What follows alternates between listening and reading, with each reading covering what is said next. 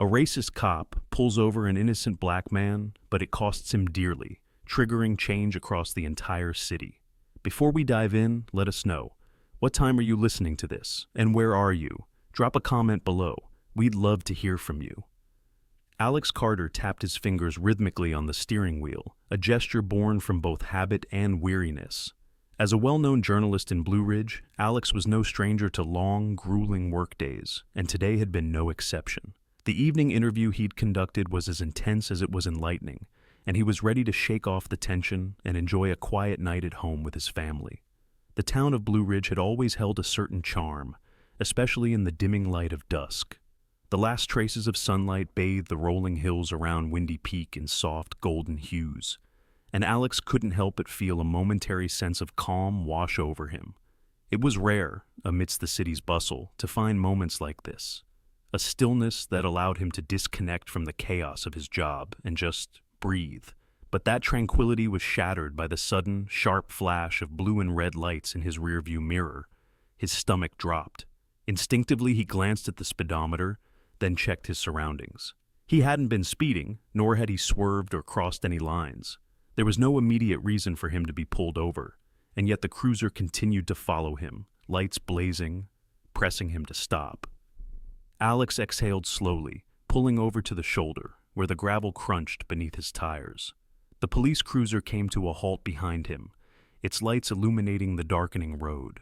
From the driver's side of the cruiser, a stocky officer in his mid-30s stepped out, his steps deliberate, his posture rigid. Alex could feel the weight of the officer's stare even before he reached the car. The officer stopped at Alex's window, his expression a mask of severity. Alex noted the officer's stern demeanor, the way he leaned in slightly, his hand resting near his holstered weapon. "Good evening, officer," Alex greeted, keeping his voice calm and steady as he rolled down the window. "Evening," the officer replied tersely. "Do you know why I pulled you over?" Alex met the officer's gaze with a look of honest confusion. "I'm not sure, actually. Was I speeding?" The officer's brow furrowed, his eyes narrowing slightly as he scrutinized Alex, almost as if searching for something in his demeanor. "License and registration," he demanded, ignoring the question. Without hesitation, Alex retrieved his documents from the glove compartment, handing them over while keeping his movements slow and controlled. "Of course. But, officer, may I ask if there's a specific reason for this stop?" The officer, whose name tag read Strickland, studied Alex's documents, the silence stretching uncomfortably between them. Finally, he looked up, a trace of annoyance edging his voice. "I noticed you were driving a little close to the center line back there," Strickland stated, his tone clipped. "I'm just making sure everything's in order." The accusation felt hollow. The road had been empty, with no signs or warnings. Alex's hands tightened on the steering wheel, but he forced himself to relax, to maintain an air of cooperation. "I see. I've driven this route for years without issue," he replied, keeping his tone neutral. Strickland tapped the documents against his palm, the rhythmic motion almost taunting. His gaze didn't waver, piercing and unyielding. "Where are you headed?" "Home. It's been a long day," Alex answered, trying to keep the conversation light. "Just looking forward to a quiet evening." But the officer didn't smile, didn't soften. Instead, he leaned in closer, his voice low and almost accusatory. "You seem awfully calm for someone who was just pulled over." Alex's patience was beginning to wear thin. He took a deep breath, keeping his tone level. "I'm just trying to comply, officer." But before Alex could finish his sentence, Strickland cut him off, his tone shifting to something darker, more menacing. "Step out of the vehicle." The command hung heavy in the air. Alex's heart began to race, his thoughts spinning. This wasn't just a routine stop. The officer's demeanor, his tone, his actions, none of it aligned with what he'd come to expect in his encounters with law enforcement. "Is that really necessary?" Alex asked, hoping to appeal to reason. "I haven't broken any laws." But Strickland's expression was unyielding. "It's a standard procedure. Just step out of the vehicle." Resigned, Alex unbuckled his seatbelt and stepped out, the cool evening air washing over him as he stood by his car. Strickland wasted no time, beginning a methodical search of the vehicle. Each movement, each calculated pause, carried an air of hostility that made Alex's skin crawl. "I assure you, officer, there's nothing illegal in my car," Alex spoke up, trying to break the heavy silence. Strickland didn't even glance up, muttering under his breath as he rummaged through the glove compartment and seat cushions. "We'll see about that." Minutes dragged by, each one thick with tension. A couple of passers-by slowed their pace, casting curious glances in Alex's direction. Their expressions mirrored his own unease, a blend of curiosity and concern that only deepened his sense of isolation. Finally, Strickland straightened, closing the car door with a smirk that sent a chill down Alex's spine. "Everything seems to be in order," he admitted, though his tone remained skeptical, almost as if disappointed. "Can I go now?" Alex asked, trying to mask the frustration simmering beneath the surface. But Strickland ignored the question, his eyes narrowing. "You're not going anywhere until I'm satisfied," he declared, pulling out a small device to run a record check. Alex stood by the roadside, watching as Strickland returned to the cruiser to make his call. The flashing lights continued to cast a pulsing blue and red glow over the empty street, painting the quiet road in hues of tension and unease. He glanced at his watch, noting the time. What should have been a simple drive home had turned into a haunting encounter that seemed far from over. Standing on the side of the road under the watchful glare of the flashing lights, Alex Carter felt the cold bite of the evening air more sharply with each passing minute. His fingers twitched involuntarily at his sides, a nervous habit that he tried to quell as he glanced toward Officer Strickland, still seated in the patrol car, staring intently at the screen on his dashboard. The silence was excruciating. Alex shifted his weight, stealing a quick glance at his phone, still resting on the passenger seat, out of reach. He thought of his wife and son, likely preparing for dinner at home, unaware of the strange, ominous turn his evening had taken. Finally, Strickland emerged from the cruiser and strode back toward Alex with a hard, unreadable expression. "Mr. Carter," he began, his tone even colder than before. "Step away from the vehicle and stand over there, by the guardrail." Alex's confusion turned to a simmering frustration. "Officer, I'm complying with everything you've asked, but I still don't understand."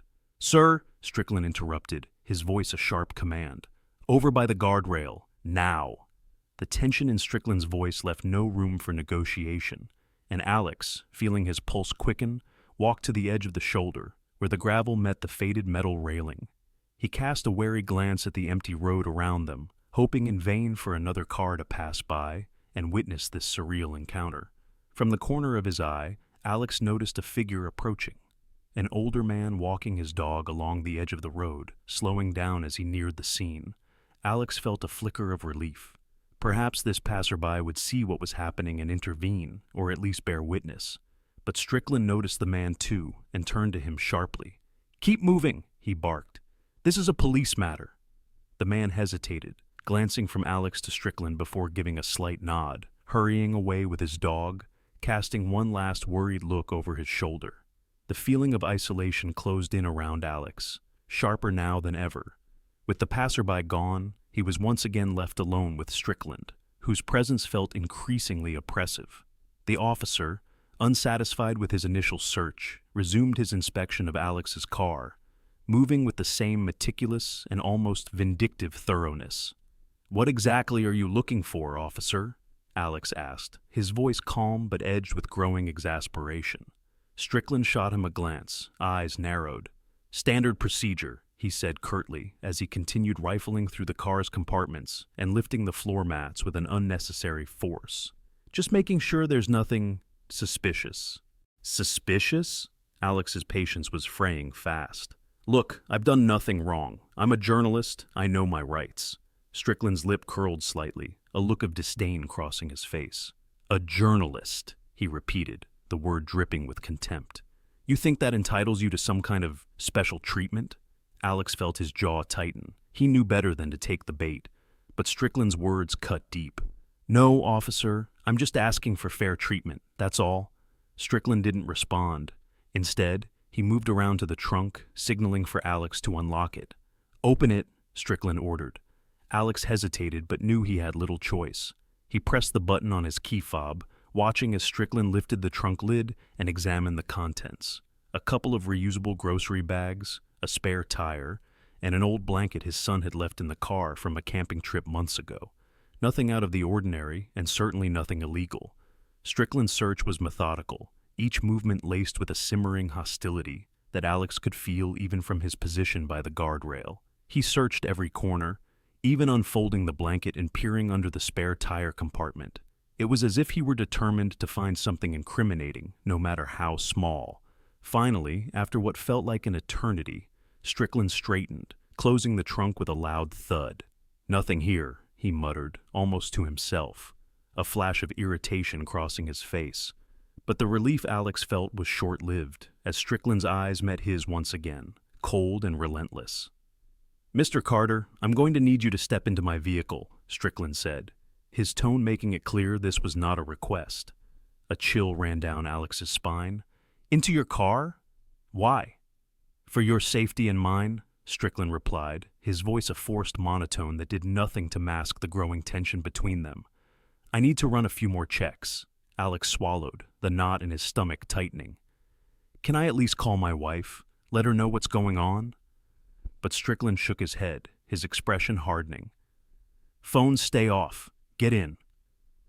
With little choice, Alex climbed into the back seat of the cruiser, feeling a sudden and uncomfortable sense of confinement as the door closed with a heavy click behind him.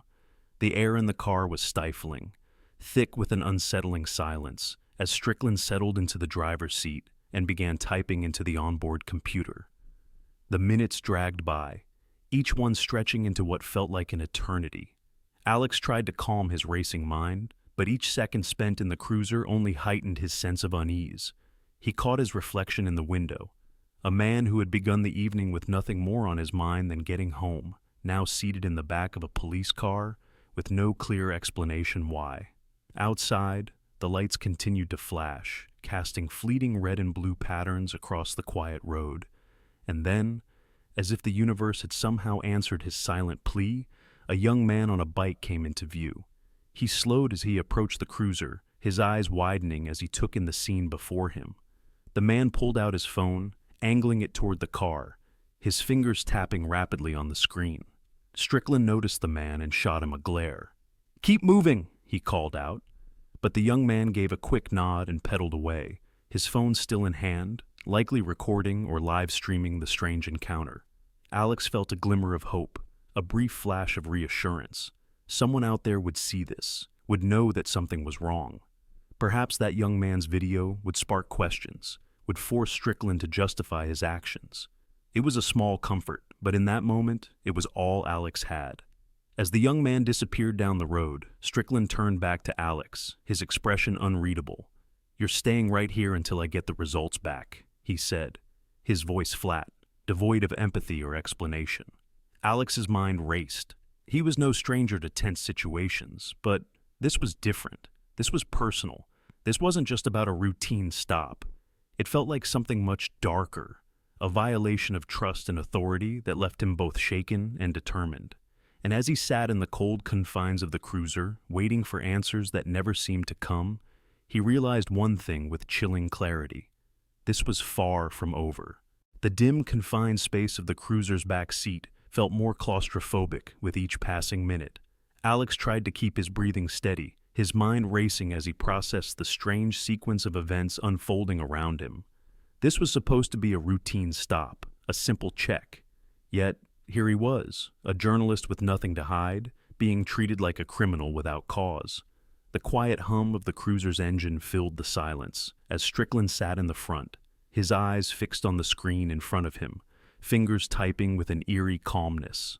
Occasionally he would glance up at Alex in the rearview mirror, his expression unreadable but unmistakably cold. Without warning, Strickland spoke, breaking the tense silence. "I'll be taking you down to the station," he said, his tone devoid of empathy or explanation.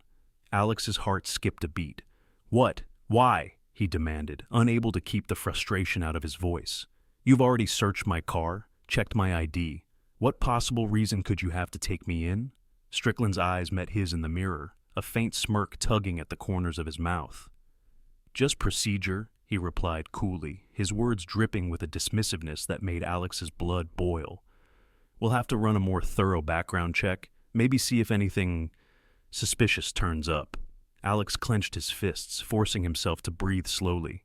He knew better than to argue with a man like Strickland, someone who seemed to thrive on the power he wielded, especially over those he perceived as vulnerable. But the anger bubbling inside him was hard to contain. As Strickland shifted the car into gear, Alex leaned forward as far as the cruiser's divider would allow. "I'm calling my lawyer as soon as I get to the station," he said, his voice laced with defiance. "You have no grounds to hold me." Strickland didn't respond, his gaze firmly on the road as he pulled onto the highway. The rhythmic flash of the cruiser's lights painted the empty road in flickering shades of red and blue, casting a surreal glow over the silent town as they drove toward the precinct. The ride was excruciatingly quiet, punctuated only by the faint crackle of the police radio and the occasional sound of Strickland adjusting his grip on the steering wheel. Alex's mind spun with a chaotic mix of emotions: anger, disbelief, fear, all underscored by a profound sense of helplessness. When they arrived at the precinct, Strickland parked the cruiser in a dimly lit side lot, out of sight from the main entrance. The isolation of it sent a chill down Alex's spine. This wasn't just about a ticket or a routine search. It felt like he was being targeted, manipulated. Strickland opened the back door, motioning for Alex to step out. "Let's go," he ordered, his tone as cold as ever.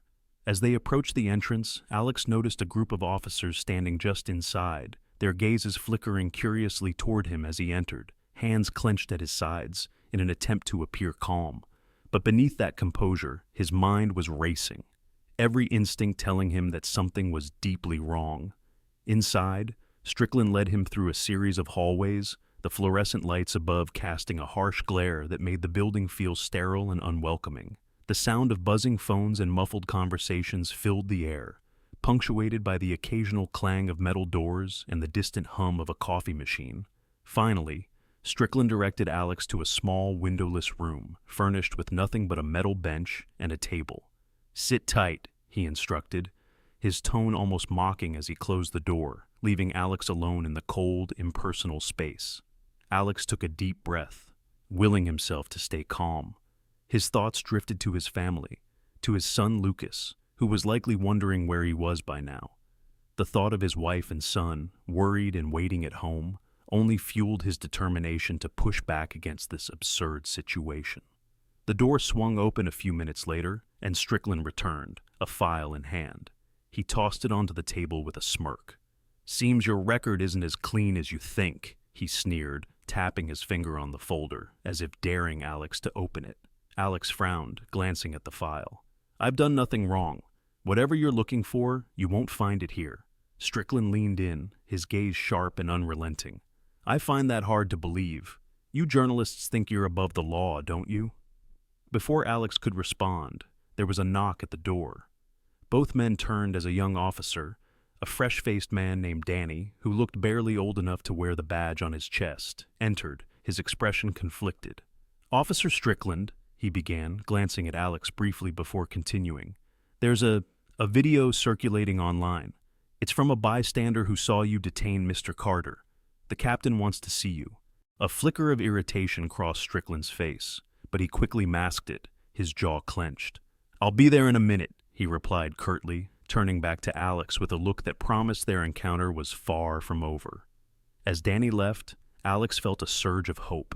The bystander, the young man on the bike, had indeed filmed the incident, and now the video was making its rounds online, attracting attention and perhaps even prompting questions. Strickland, sensing the shift in Alex's demeanor, gave a thin, forced smile.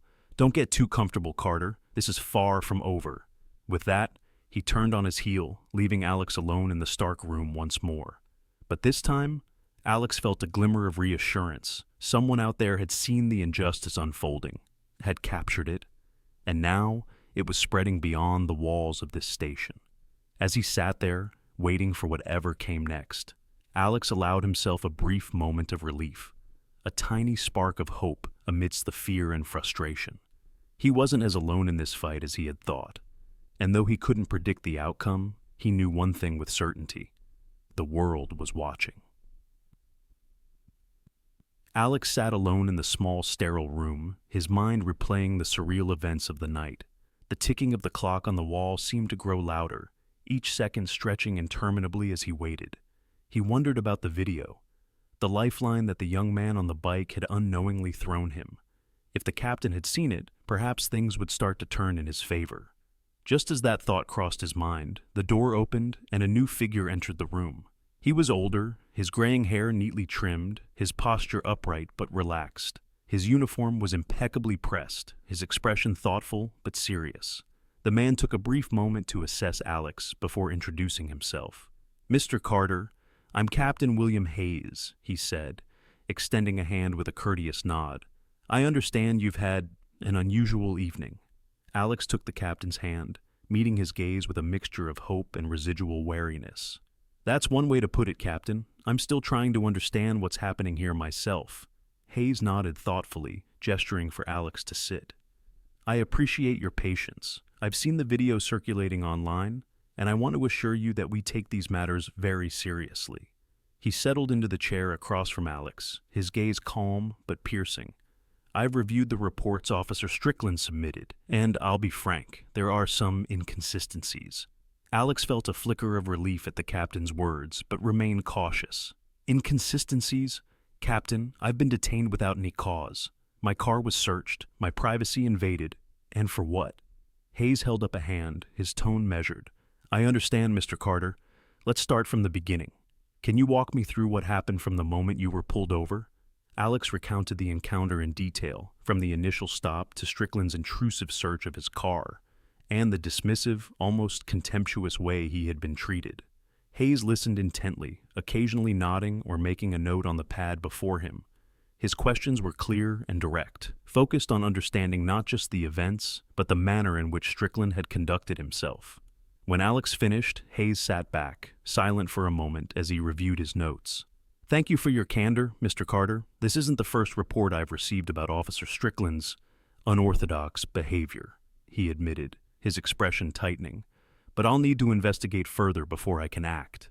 A knock at the door interrupted them, and the young officer Danny re-entered, his gaze shifting uneasily between Alex and the captain. "Captain Hayes, Officer Strickland is requesting a word," he announced, his tone respectful yet cautious. Hayes's expression remained neutral. "Tell him I'll be with him shortly," he replied, dismissing Danny with a nod. As the door closed, Hayes turned his attention back to Alex, his voice low but firm. "Mr. Carter, I'd like to personally apologize for the way this was handled. Strickland had no grounds to detain you in this manner, and I assure you that I will be investigating his conduct thoroughly." Alex met Hayes's gaze, sensing the sincerity in his words. "Thank you, Captain. I only hope that whatever comes of this prevents others from going through the same ordeal." Hayes gave a slight nod, his expression resolute. "I intend to do everything in my power to ensure that. In the meantime, you're free to go, and I would encourage you to provide a formal statement for our internal records. It may help expedite the investigation." Alex nodded, feeling the weight of the night begin to lift, though the memory of Strickland's icy stare lingered in his mind. "I'll do that, Captain, and thank you again."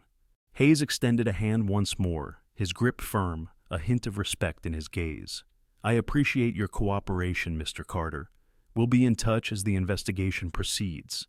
As Alex left the room, he felt a strange blend of relief and lingering unease. The night had taken an unexpected turn, but he sensed that this was just the beginning. Whatever truth lay buried in Strickland's behavior, it would soon be brought to light.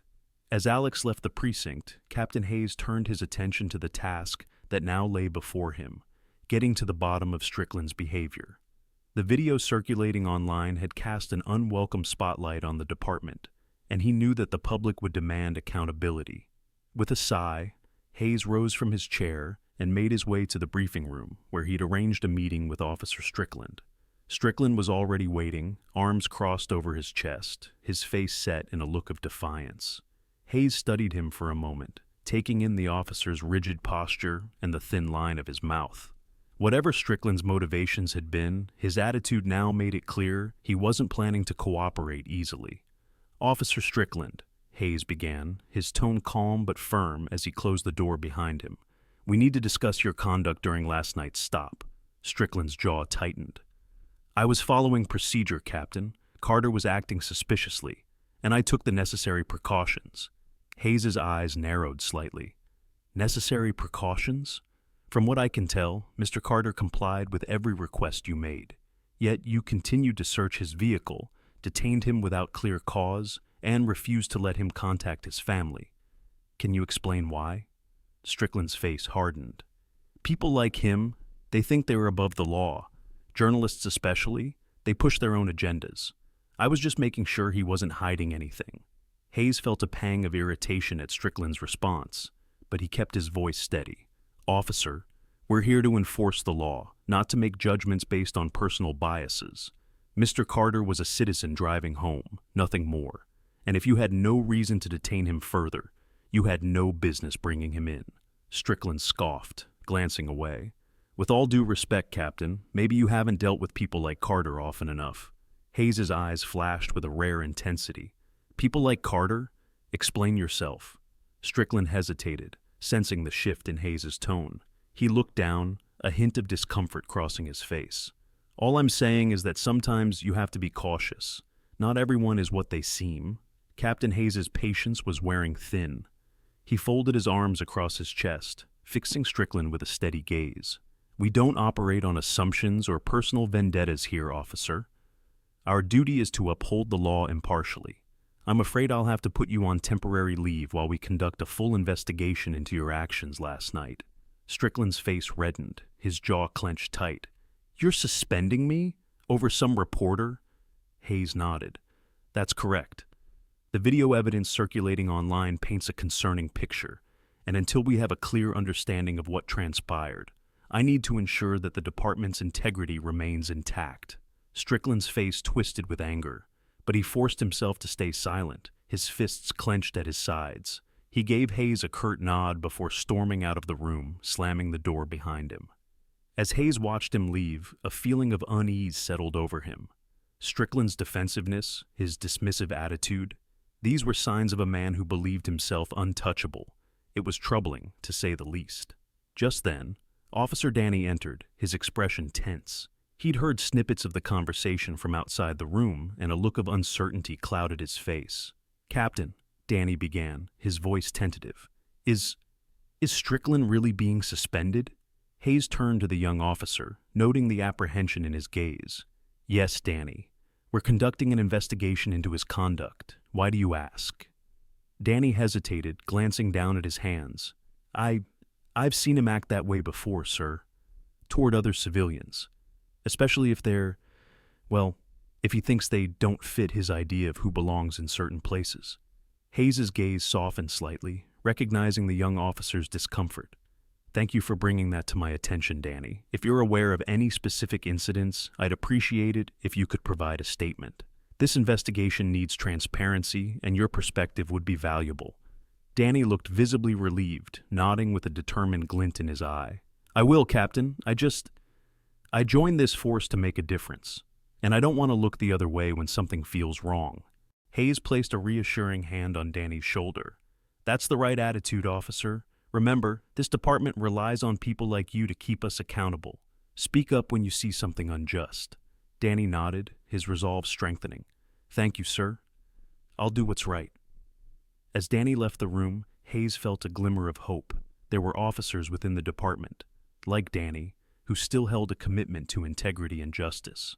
And while Strickland's actions threatened to tarnish the reputation of the precinct, the younger officer's courage offered a glimpse of the change that could emerge from this investigation. Returning to his office, Hayes began drafting the official documentation for Strickland's suspension.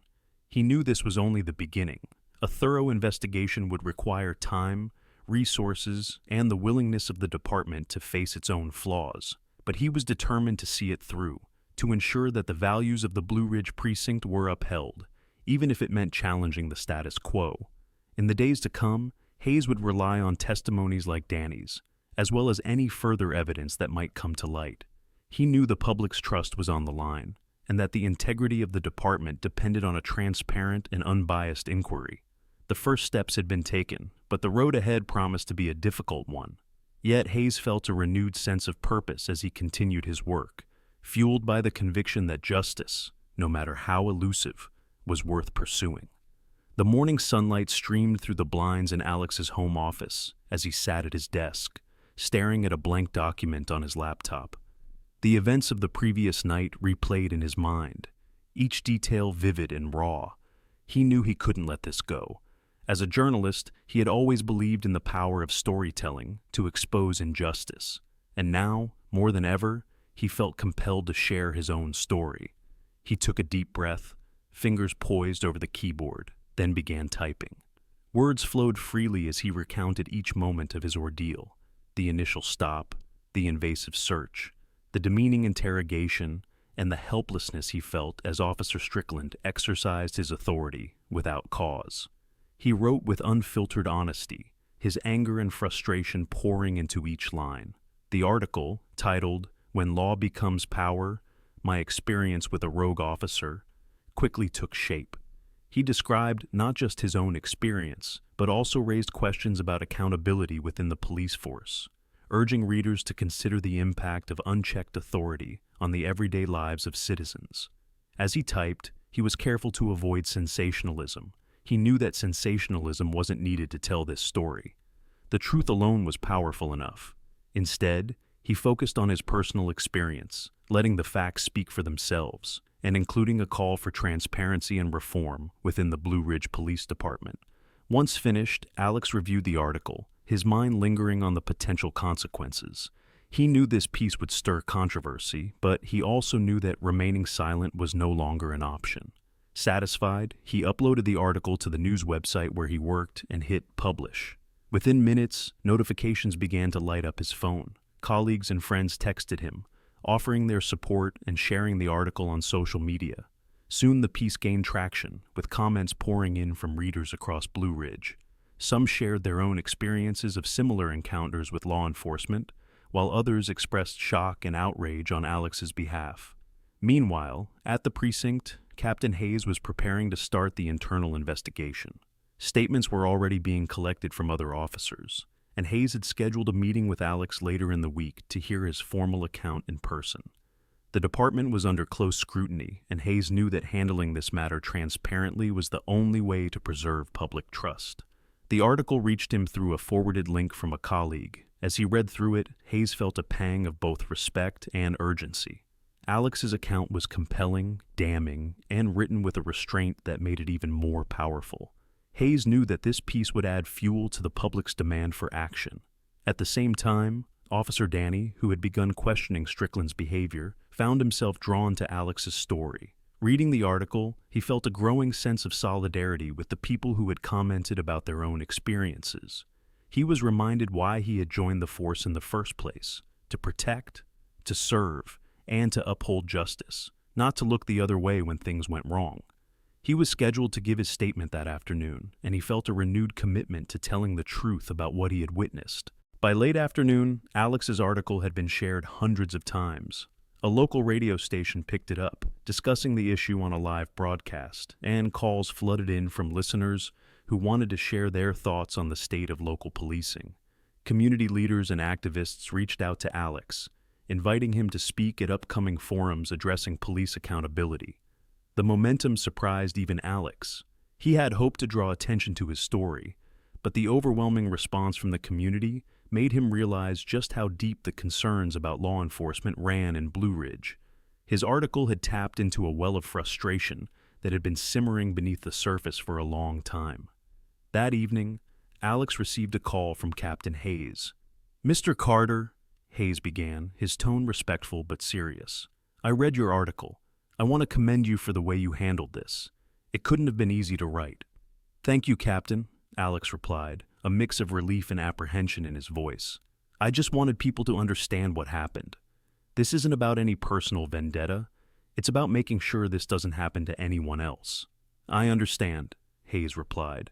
"I wanted to let you know that Officer Strickland has been placed on temporary leave while we conduct a full investigation.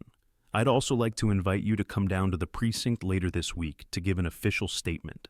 We need to document every detail of what occurred to ensure a thorough review." "I'll be there," Alex confirmed, feeling a renewed sense of purpose. "And thank you, Captain, for handling this seriously." After the call, Alex sat back, feeling the weight of the situation settling on his shoulders.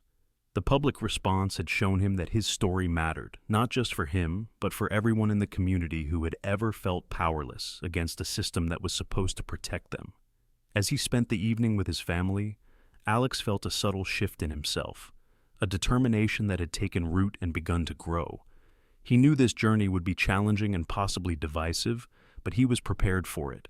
His article had struck a chord, and there was no turning back now. In the days that followed, the article continued to circulate, sparking conversations in coffee shops, workplaces, and around dinner tables throughout Blue Ridge. People discussed not only Alex's experience, but their own concerns, their hopes for change, and the possibility that something positive might come from his ordeal. Alex had ignited a spark, and as he watched the flames spread, he knew that this was only the beginning. The real challenge lay ahead. In the investigations, the community forums, and the actions that would be taken in response to the truths that his article had brought to light. But he was ready. For himself, for his family, and for the city of Blue Ridge, he was ready. By the end of the week, Alex's article had become the talk of Blue Ridge. What had begun as a personal account had snowballed into a citywide call for reform. People shared his story on social media, discussed it in forums, and voiced their own frustrations with the system.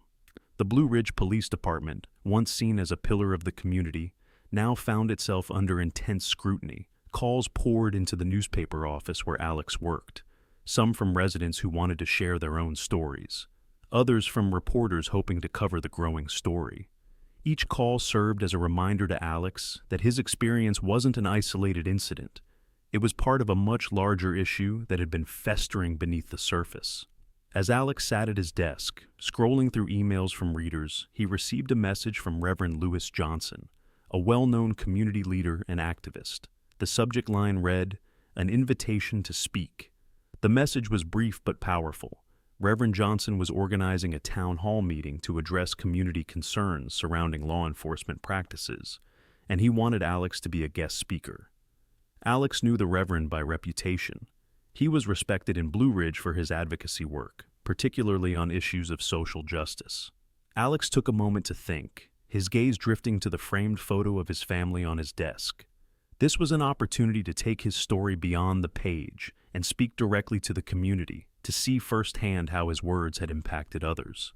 With a resolute nod, he replied to the invitation, accepting the offer. The town hall was scheduled for the following evening, and word spread quickly. Flyers were posted in coffee shops, community centers, and online forums, each one bearing the same headline: Accountability and Change, a community conversation. The atmosphere was charged with anticipation as residents gathered in the auditorium. The room filled quickly, the seats occupied by people from all walks of life: students, teachers, business owners, and parents. Some held copies of Alex's article, the headline underlined and highlighted. A few even wore homemade pins reading, "Justice for All," and "Accountability Now." Alex felt a surge of nerves as he entered the room, but seeing the community's support emboldened him. He took a seat at the front beside Reverend Johnson, who offered him a firm handshake and a nod of encouragement. "Your story has given this community something it's needed for a long time, Alex," the Reverend said, his voice low but warm. "People are ready to speak out. This is more than just one incident. It's an opportunity to bring about real change." As the town hall began, Reverend Johnson addressed the crowd, speaking about the importance of accountability and trust between law enforcement and the citizens they served. His words resonated deeply, setting the tone for the evening. Then, he introduced Alex, inviting him to the podium. The room quieted, all eyes on him as he took a deep breath and began to speak. "Thank you, everyone, for being here tonight," Alex started, his voice steady. "When I wrote my article, I didn't expect it to resonate with so many of you. I thought I was telling my story, but I've realized it's not just mine, it's ours. It's a story about wanting to feel safe, to be treated with dignity, and to trust that the people sworn to protect us will do so fairly." As he continued, he spoke about the fear he had felt during his encounter with Officer Strickland, the helplessness, and the anger at being treated unjustly. He emphasized that his goal wasn't to vilify the police, but to call for accountability, for transparency, and for reform. When he finished, there was a moment of silence, followed by applause that echoed through the auditorium. Alex took his seat, feeling both humbled and encouraged by the crowd's reaction. Reverend Johnson opened the floor to the audience, inviting community members to share their experiences. One by one, people rose from their seats, each with a story of their own. A middle-aged woman recounted an instance where her son had been stopped and questioned without cause. A local shop owner shared how he had felt unfairly targeted in his neighborhood for years. A young man, visibly emotional, described an encounter where he had been detained and searched while simply walking home from work. As each story unfolded, Alex felt the weight of the collective frustration, the shared desire for change. This was more than just a town hall. It was a reckoning, a public acknowledgement that the community had been suffering in silence for too long. Toward the end of the night, Reverend Johnson addressed the crowd once more, his voice filled with conviction. Tonight, we've taken the first step. We've acknowledged the problem, we've shared our experiences, and we've found strength in one another. But this cannot end here. We must hold our leaders accountable and work together to build a future where justice is truly for everyone. As the meeting concluded, people lingered, exchanging contact information, forming new alliances, and pledging to attend future gatherings. There was a sense of unity, a belief that together they could make a difference. Alex stayed to talk with attendees, listening as more people approached him to share their stories and express their gratitude for his article. Each conversation reaffirmed his commitment to this cause. He realized that his story was no longer his alone. It belonged to the community, and he would stand with them every step of the way. By the time he left the town hall, Alex felt a renewed sense of purpose. He was no longer just a journalist documenting an injustice. He was part of a movement. And as he walked home that night, he knew that this was only the beginning of a journey toward accountability, transparency, and, above all, change. The following morning, the city of Blue Ridge was buzzing with news of the town hall meeting. Social media platforms were filled with posts and comments from residents who had attended or heard about it, and local news stations replayed clips of Alex's speech. The call for change was no longer just a murmur. It had become a rallying cry that reached every corner of the city. In City Hall, Mayor Sarah Hughes sat in her office, watching the footage of the meeting on her computer screen. She was a pragmatic leader, known for her strong stance on justice and equity. The pressure from the community, combined with Alex's article and the video footage from his detainment, left her with little choice but to act. She understood that the credibility of her administration was at stake. She picked up her phone, dialing the number for Captain Hayes.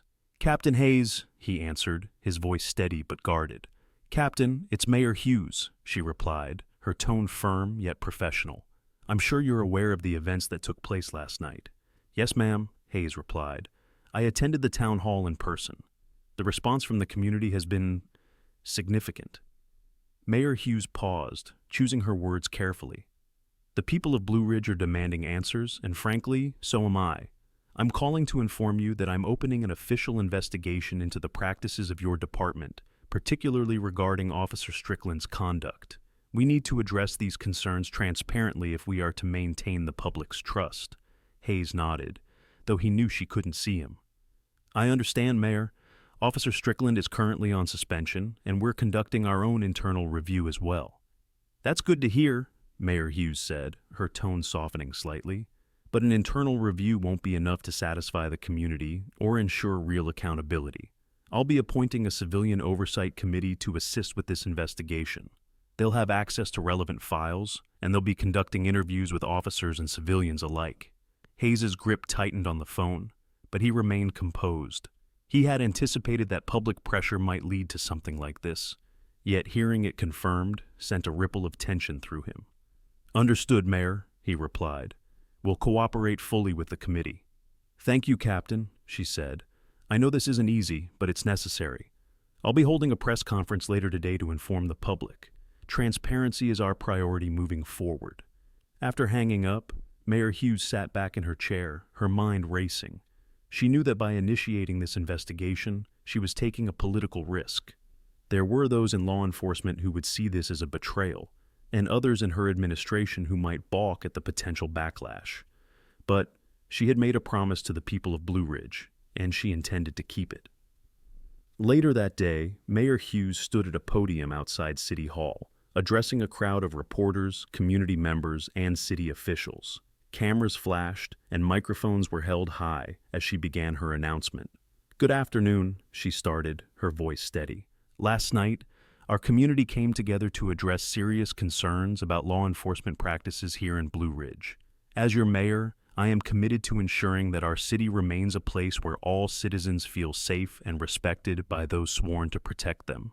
She took a deep breath, her gaze steady as she looked out over the crowd. "In light of recent events, I am officially launching an investigation into the Blue Ridge Police Department's conduct.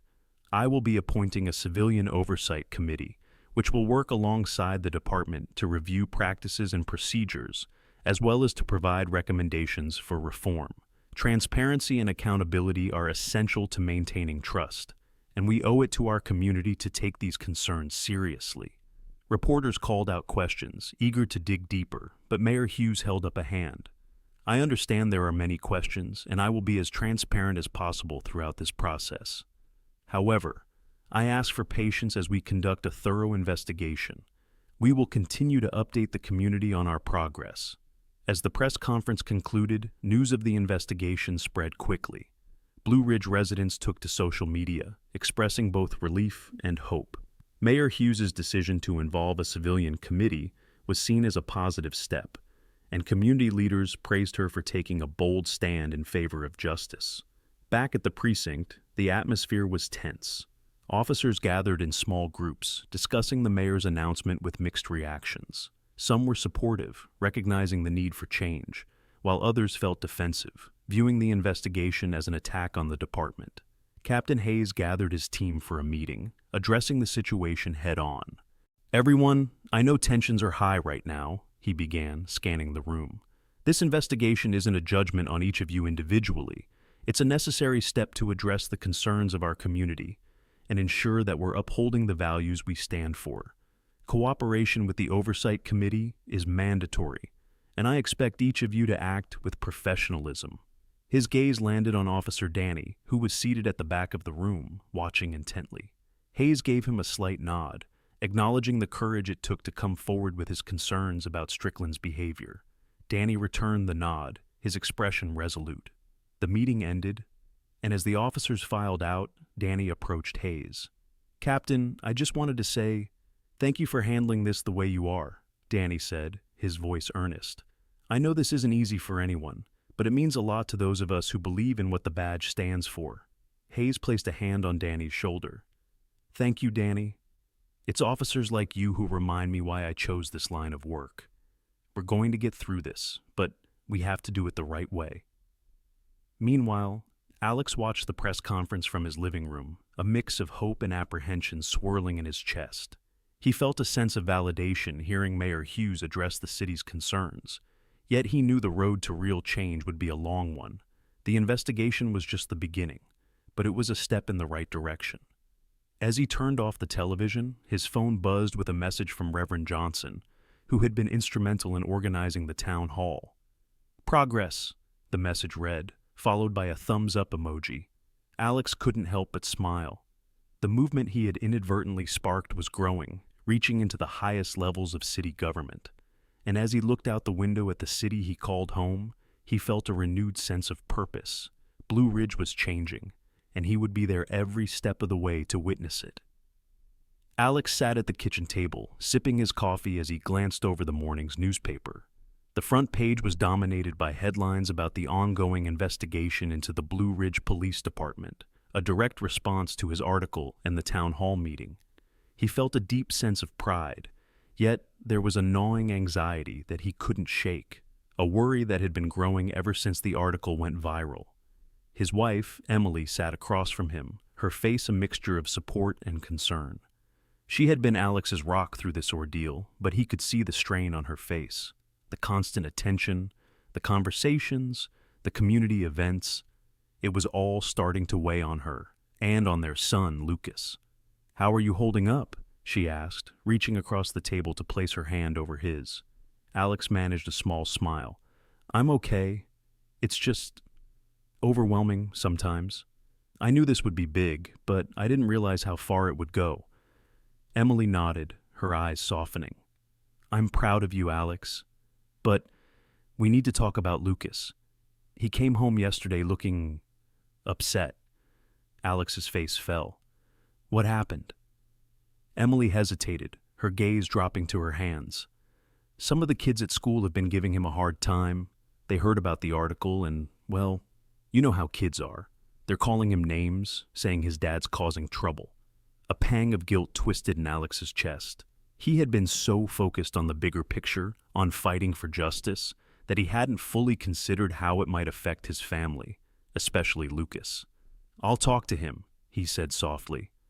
I didn't realize it was getting this bad. That evening, after dinner, Alex knocked on Lucas's bedroom door. Inside, Lucas was hunched over his desk, coloring in a picture with a look of quiet concentration. His normally bright demeanor seemed subdued, his shoulders tense. Hey, buddy, Alex said, entering the room. Mind if I sit with you? Lucas shrugged, not looking up from his drawing. Okay. Alex sat beside him, watching as he carefully colored within the lines. He took a breath, choosing his words carefully. Mom told me that things have been a bit rough at school lately. Do you want to talk about it? Lucas's hand paused, and he set down his crayon, his small face a mixture of frustration and sadness. They're saying mean things, he mumbled. They say you're causing trouble, that you're making the police angry. Alex's heart sank. He placed a reassuring hand on Lucas's shoulder. I know it's hard, Lucas. What I'm doing, it's complicated. I'm trying to help people, to make things better for everyone. But sometimes, when you stand up for what's right, not everyone understands. Lucas looked up at him, his eyes wide and vulnerable.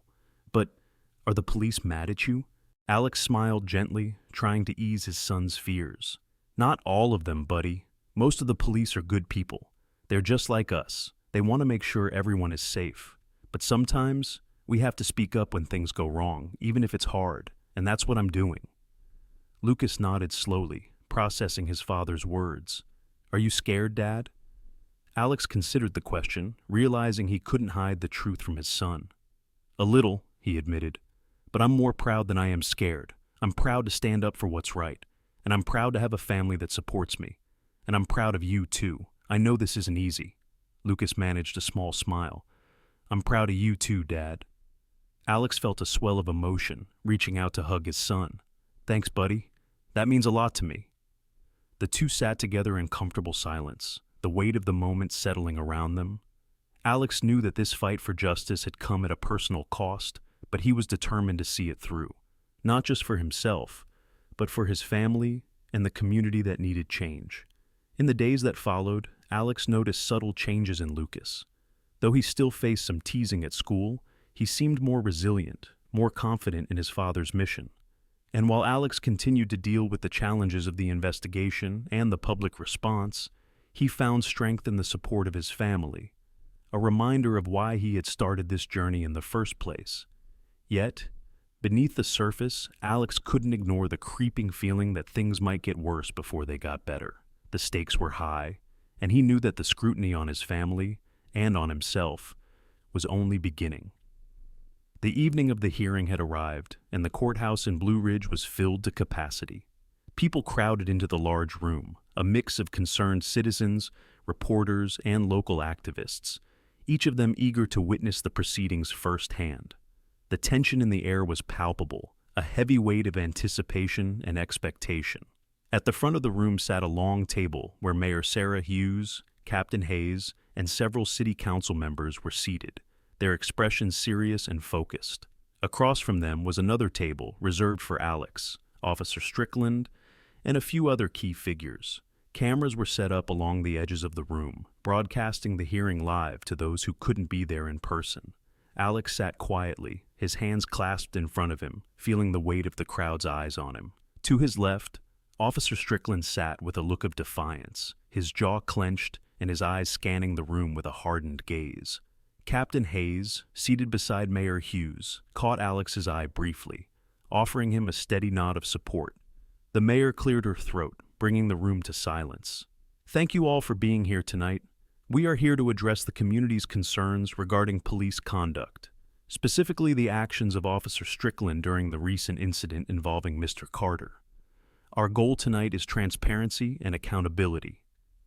She looked over the room, her gaze firm. We will begin by hearing from Mr. Carter, who will recount his experience and provide insight into the events that have brought us here today. Mr. Carter, you have the floor. Alex stood, feeling a rush of nerves as he approached the podium. He took a moment to gather his thoughts, scanning the faces of those watching him, some familiar, others strangers. He knew that his words held power, and he wanted to ensure that they were measured and truthful. Thank you, Mayor Hughes, members of the council, and members of our community, he began, his voice steady. My experience with Officer Strickland was one of fear, frustration, and helplessness.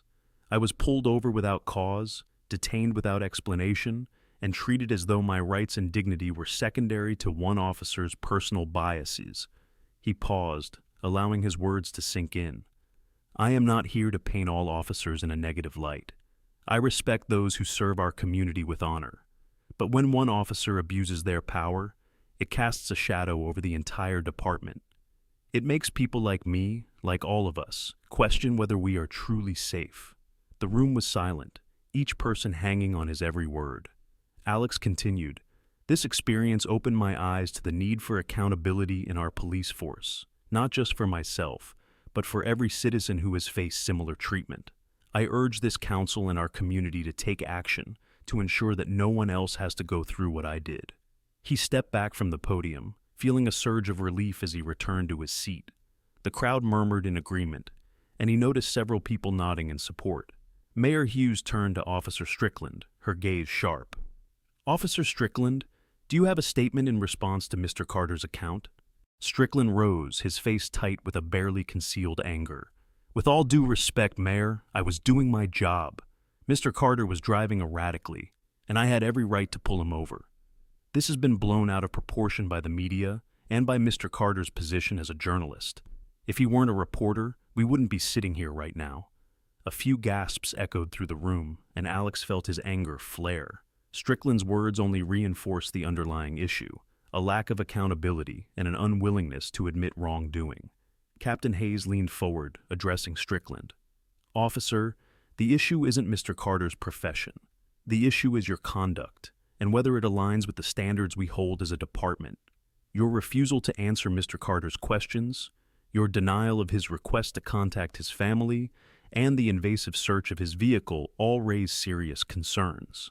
Strickland clenched his jaw but said nothing, his defiant posture speaking volumes. Mayor Hughes nodded to Captain Hayes before turning to the council's legal advisor, who handed her a small stack of documents. She flipped through them before addressing the room. Before we proceed, we have new evidence that has recently come to light.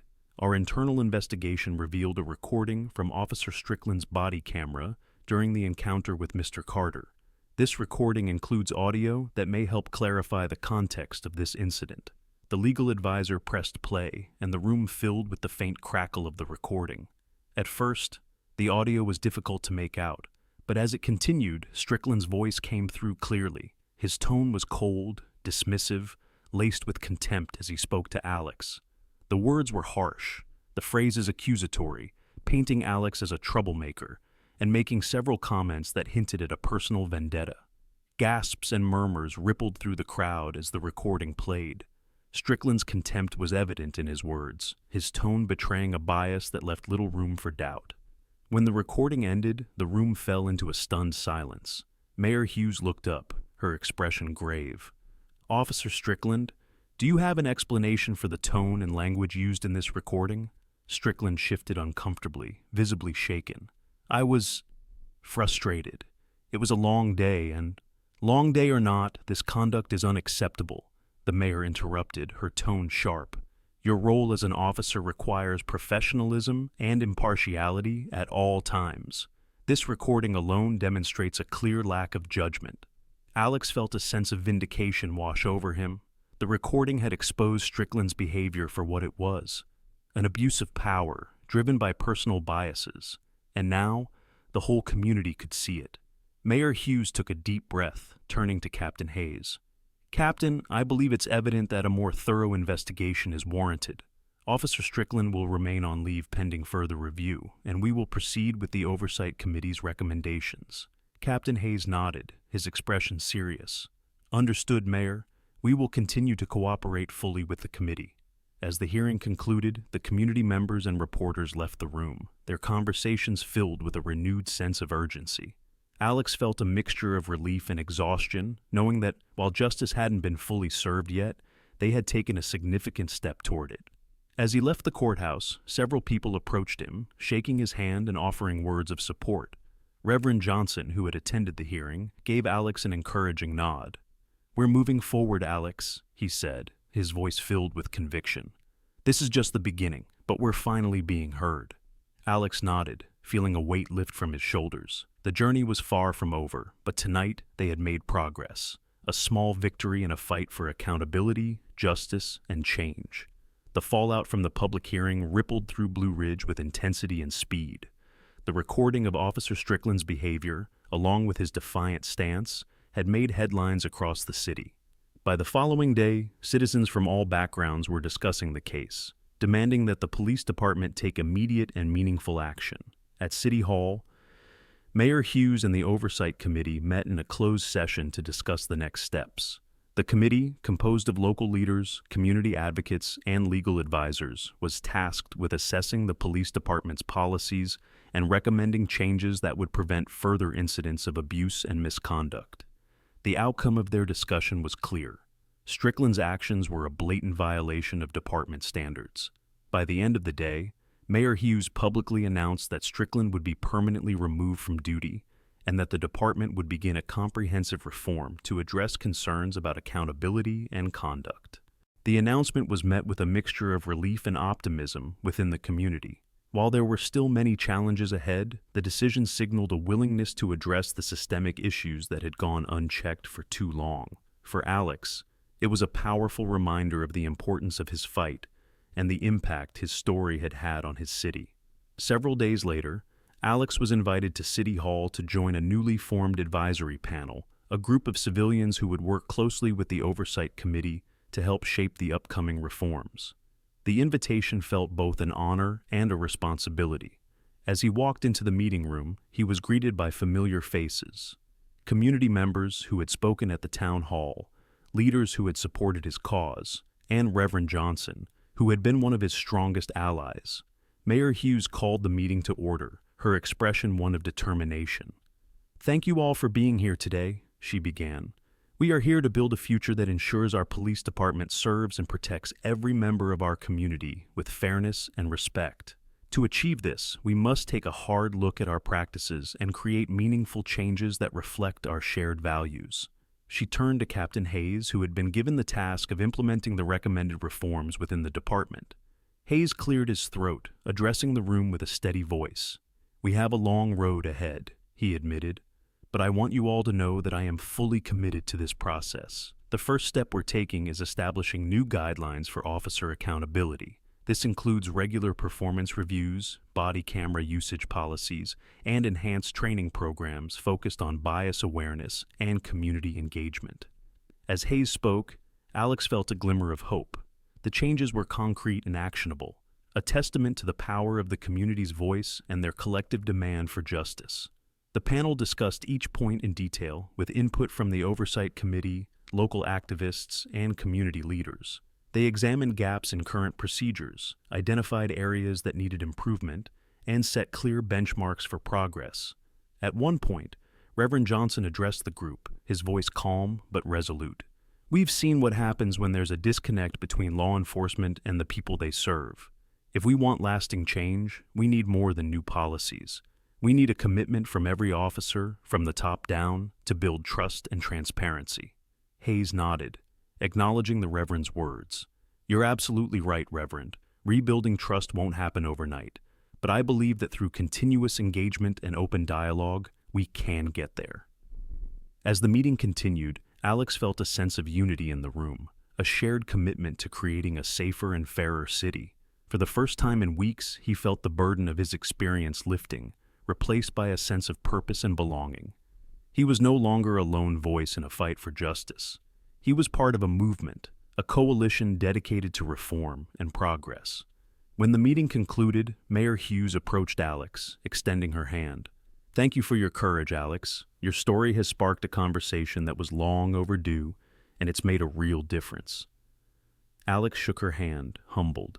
"Thank you, Mayor Hughes. I'm just grateful to see change happening." She nodded. "This is only the beginning, but I'm confident that together we can create a better future for Blue Ridge." In the following weeks, the police department began implementing the first wave of reforms. Officers attended mandatory workshops on bias awareness and de-escalation techniques, and a civilian oversight board was established to handle complaints and monitor officer conduct.